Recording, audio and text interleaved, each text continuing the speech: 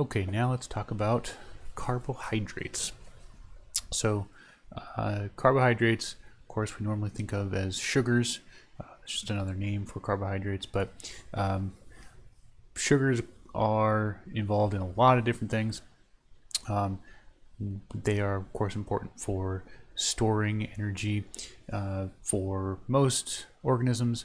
They also, as we'll see later, make up a big structural component of the cell in both plants and animals, and they have some role in communication between and within cells too. The thing that all carbohydrates have in common is this formula right here, CH2O, and that means that each carbohydrate has for every carbon, 2 hydrogens and 1 oxygen. In fact, that's why they're called carbohydrates. The word carbo, of course, means carbon, and then hydrate meaning water. So 1 carbon and 1 water molecule for 1 water molecule for each carbon.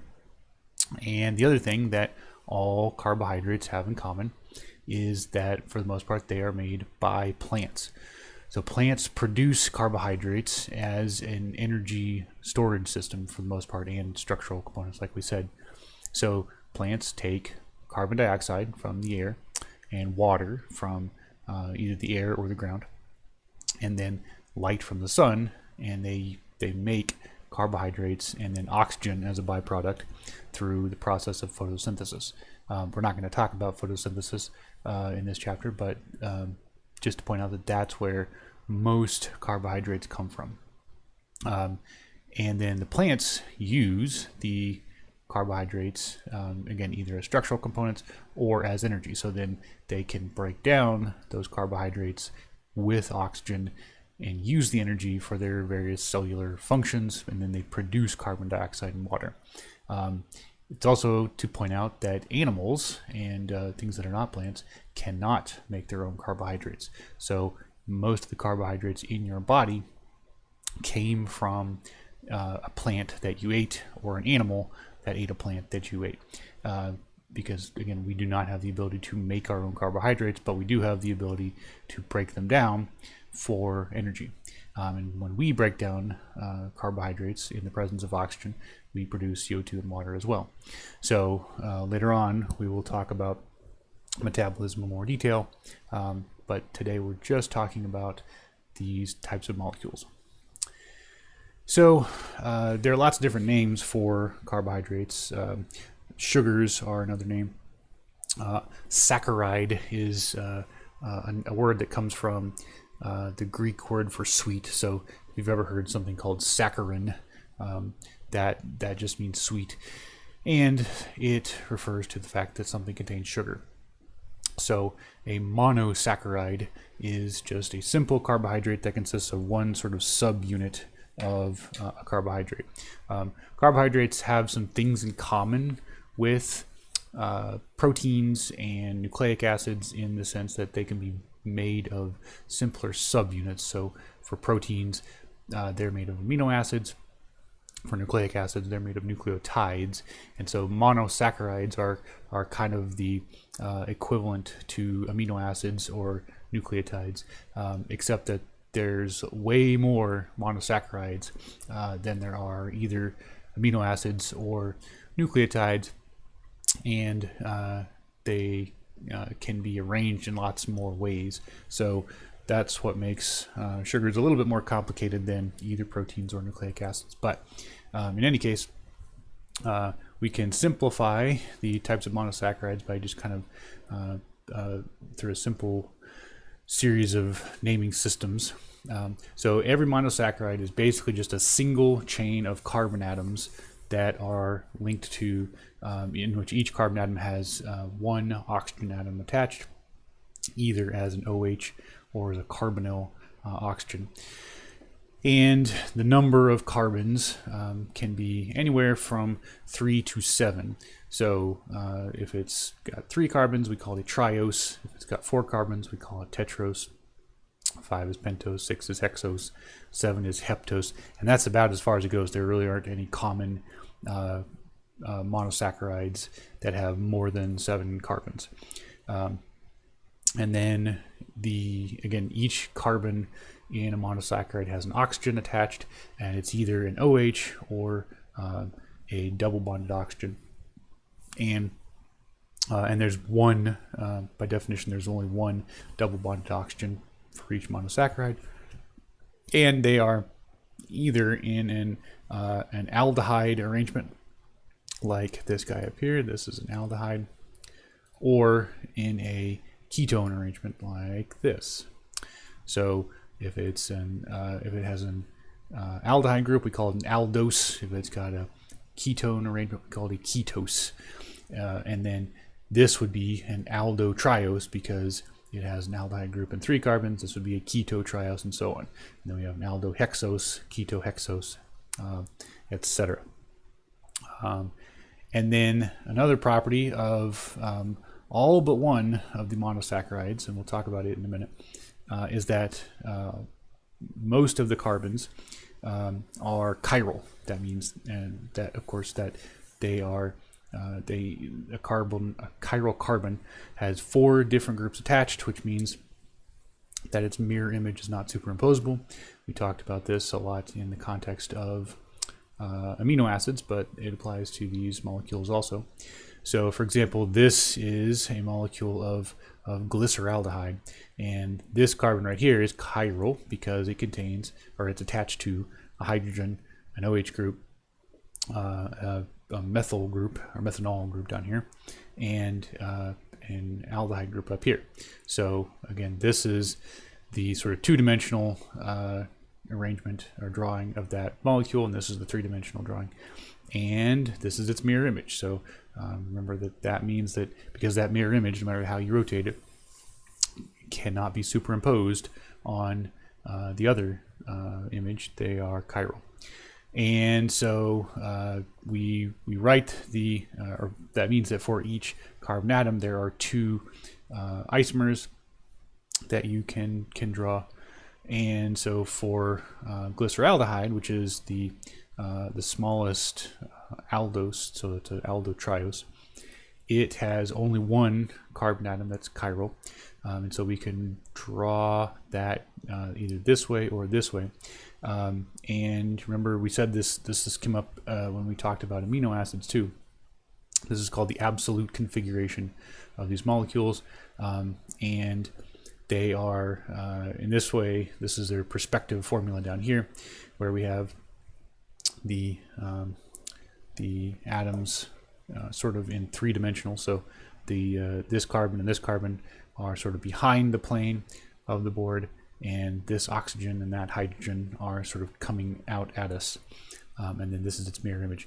And this configuration for glyceraldehyde is called D-glyceraldehyde because it has that dextrorotatory property when we look at its optical activity. And then this configuration we call L-glyceraldehyde for levorotatory. Now, because it's just easier to draw straight lines and to draw these little triangle shapes, especially for bigger, more complicated molecules. A lot of times carbohydrates are drawn in this configuration, which is called the Fischer projection. And the Fischer projection basically just sort of implies the 3-dimensional shape of the molecule. So if a monosaccharide is drawn like this in a Fischer projection, then the 2 bonds in the horizontal plane are implied to be coming out at you, and the 2 bonds in the vertical plane are implied to be going into the board or into the screen away from you. So if we were to actually draw it, it would be like something like that. Again, those 2 coming out at you, and then these two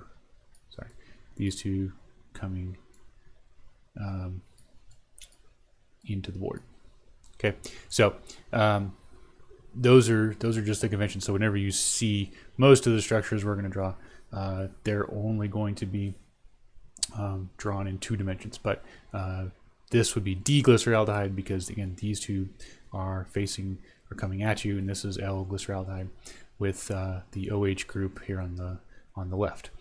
And then this same nomenclature is used for all of the monosaccharides, and so every monosaccharide is either D or L, and we designate them as D or L based on the configuration of the carbon atom that is farthest away from the carbonyl. So again, for glyceraldehyde, in fact, they're all based on glyceraldehyde. So this is the D configuration for glyceraldehyde. But then when you start going to 4 carbons, these are the 4 carbon aldoses, so erythros and threose. But we call this D-erythros because this carbon right here is the one that's furthest away from the carbonyl carbon. So this is the carbonyl carbon. This is also the third carbon. So if you know the rules for numbering carbons in these organic molecules, this is carbon number 1, this is number 2, this is number 3, and this is number 4. So we designate D or L based on the one that's furthest from the carbonyl carbon, which is also the nth minus 1 carbon in the chain. And again, we call this D-erythros because this carbon has the same absolute configuration as D-glyceraldehyde. The mirror image of this molecule would be L-erythros. The mirror image of this molecule would be L-threose, and so on. And then these are the 5 carbons. Now you don't need to memorize the names of these. Some are more common. In fact, the ones that have boxes around them are the ones that are actually common in most organisms, actually show up frequently. Again, that's another thing that makes these different from amino acids. So all the amino acids are generally present in the same amounts, but in carbohydrates or monosaccharides anyway, some are just more common than others. And some we've talked about already. So ribose, of course, is important because it is the sugar backbone of nucleotides, and some like glucose, for example, are really important because it's going to be an important energy source.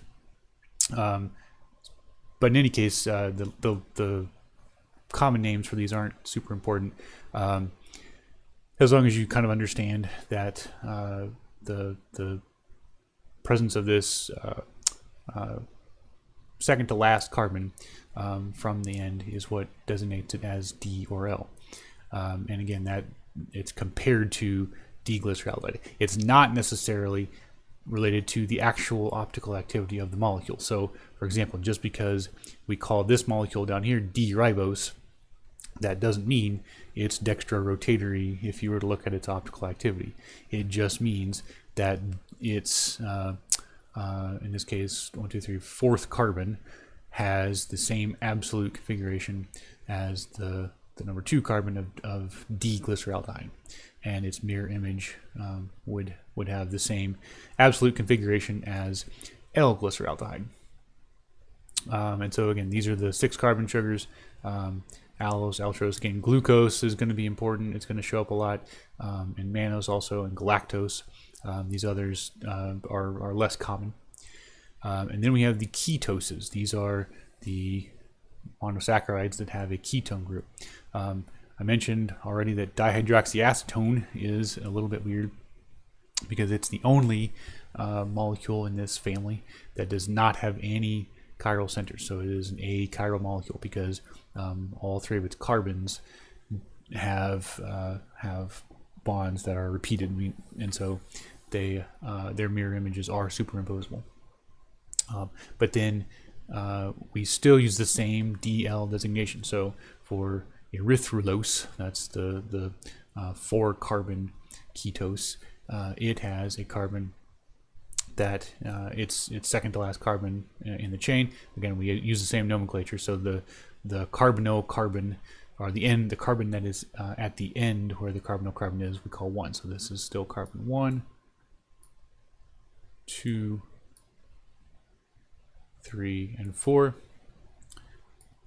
And so in this case, it's the number 3 carbon that we look at because it's, again, furthest away from the end that has the carbonyl carbon attached. And it has, we look at its absolute conformation compared to glyceraldehyde. So we still go back to glyceraldehyde again. And if it matches, so in other words, in this case, the OH is on the right and the methanol group is on the bottom, then we call it D-erythrulose. And again, the mirror image would be L-erythrulose. Another thing that's important to point out is there's only one version of this. So the mirror image of this we would call L-erythrulose, but there is no other conformation because for the aldoses there are two different 4-carbon aldoses. That's because they have 2 chiral carbons. So number 2 and the number 3 carbons are both chiral, and that means that there are 2 different ways to arrange those. Meanwhile, for erythrulose, and in fact all of the ketoses, because this carbon, the carbons at both ends are achiral, there's one fewer, and because the number 2 carbon is always going to be double bonded to oxygen, there's always going to be one fewer chiral carbon, therefore one fewer isomer. So again, for 5 carbons, there's only 2 isomers, and then 6 carbons, and so on. Some of these again are going to be important. So like fructose is an important sugar. This is an important carbohydrate that shows up in fruit, for example. That's why it's called fructose, because it comes from the I think Greek word for fruit.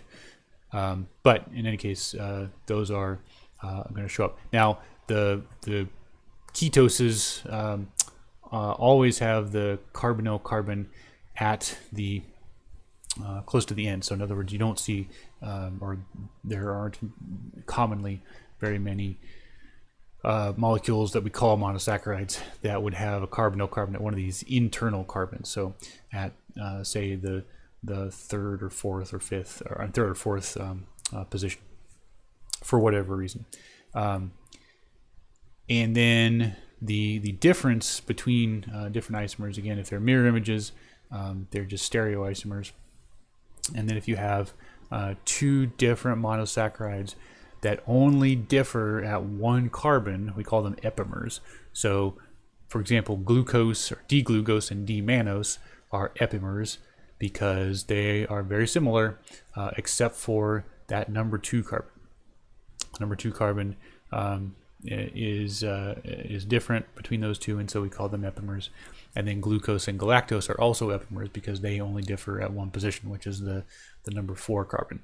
But mannose and galactose are not epimers because they differ at 2 positions. So the number 2 carbon and the number 4 carbon are different for both of those molecules. So that's just another type of isomer.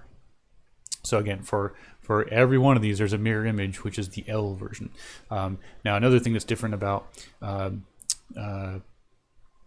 amino acids versus, or monosaccharides versus amino acids, is we said that for amino acids, it's the L configuration that is the most common and is one that's used to make proteins. With monosaccharides, the D versions are more common and are more often to show up as more complex molecules. But again, the structure of carbohydrates is a little more complicated than that of amino acids or proteins. And then another property of monosaccharides is that in solution, meaning in water, they, especially if they have more than 3 carbons, they tend to form rings. Now, we don't usually draw them as rings, or at least you'll often see them drawn this way as just lines. But it turns out that because of this reaction, so aldehydes and alcohols have the ability to react and form these structures called hemiacetals, and ketones and alcohols can do the same thing and form these things called hemiketals. And so because all these molecules have either a ketone or an aldehyde and alcohol groups, the carbonyl, oxygen, and usually the second to last oxygen or carbon can form a bond and form a ring. And so, for example, glucose is here, and so this is the linear form of glucose. But when you add glucose to water, this oxygen right here, the number 5 oxygen, its OH group, the electrons in its orbitals attack the carbonyl carbon at number 1, and it forms a ring. And so these are the ring forms of glucose. Now, because the way it attacks, the number 1 carbon can end up in either of 2 configurations, either like this, where the OH group is kind of below the plane of the ring, or the OH is above the plane of the ring. It can be in two spots, and we call these 2 arrangements anomers. So these are the 2 anomers of D-glucose. And this one that the convention is if the OH group at the number 1 carbon and the OH group of the number 6 carbon, or the position of the number 6 carbon, are on opposite sides of the plane, we call it alpha. This is the alpha anomer of glucose. We call it alpha D glucose. We'll talk about what pyranose means in a minute. And then if the OH group and the number 6 carbon, the OH on the number 1 carbon and then the number 6 carbon are on the same side, so here they're both kind of above the plane of that ring, we call it beta D glucose. So that's the beta isomer of glucose. Again, they tend to show up kind of equally depending on the type of molecule you're talking about, and they always form rings like this. So in other words, it's always this the number 5, or the second to last carbon that attacks the number 1 carbon and forms the ring. So in other words, you would rarely see the number 6 carbon, for example, form a connection to the number 1 carbon through that oxygen. But that's the most common arrangement. And then just for nomenclature, the aldehydes, or the aldoses like glucose, form 6-membered rings. So it's a 6-membered ring, but the 6th carbon is kind of sticking out, not part of the ring. So it's a ring between that includes this oxygen bond. And this arrangement is similar to this molecule down here called pyran. So a 6-carbon monosaccharide that forms a ring is called a pyranose. And then aldehydes, like this one, so fructose, for example, will form a molecule that looks kind of like this molecule called furan. So aldehydes tend to form, or at least 6-carbon aldehydes, aldoses, form furanoses. So this is technically called alpha D fructofuranose because it was formed from D fructose. The OH group of this position here, this carbon, and this one are on opposite sides of that plane, so we call it alpha, and then this one we call beta. But again, because the ring resembles this molecule called furan, we call it furanose. Now in reality, you don't see things called pyranose and furanose very often. This is the pyranose configuration of glucose is by far the most common. So usually when someone refers to alpha D glucose, they really mean alpha D glucopyranose. So oftentimes you'll see this structure drawn out, but it won't be called glucopyranose. It'll just be called glucose, and it basically means the same thing. So so for all intents and purposes, the linear form and the ring form of these monosaccharides are interchangeable, at least if they're in solution. So and then there are some other structural considerations. So the pyranose rings, which those are again the 6-carbon rings, can also have these chair conformations. So basically they can either be in this arrangement or this arrangement. The arrangements will matter when we start talking about more complicated sugars with 2 or more monosaccharides. But otherwise, that's just sort of differences in the three-dimensional shape. And then there are lots of modified sugars. So these are just examples of monosaccharides where one or more of the OH groups has been substituted with something else. So up here, these are all modified glucoses. So this is just regular beta D glucose, and then this down here, for example, it would be a phosphorylated version. So you have a phosphate group replacing the OH on the number 6 carbon. If you have an amino group, this would be called a glucosamine. This is just an acetyl glucosamine, where there's an amino group and then with an acetyl group attached to that. And some have more complicated substitutions. So this group right here with that amino group is called uramic acid, and so on. These are other amino sugars. So this is galactose with an amino group attached, and so it's called beta D galactosamine. This is manosamine, and so on. And then there are deoxy sugars where one or more of the OH groups is removed. So this is called fucose, which is basically a modified version of a hexose where an OH group is missing, and then another one over here. And so there's lots of different examples of this where you are missing one or more, or have something in place of one of those OH groups, and it just makes it have slightly different properties. And then one other thing about monosaccharides, which will be kind of important later when we talk about disaccharides, polysaccharides, is that a monosaccharide is what's called a reducing sugar, and all that means is that the this carbon here, for glucose anyway, which remember is the number 1 carbon, is reducing. That means it has the ability to react with oxygen and be oxidized and form a carbonyl carbon like this. So this is the sort of standard form of glucose, but it can be oxidized to this molecule, gluconolactone, and there are enzymes like glucose oxidase that catalyze that reaction. And so only that carbon is reducing. The other ones do not participate in those reduction reactions as easily.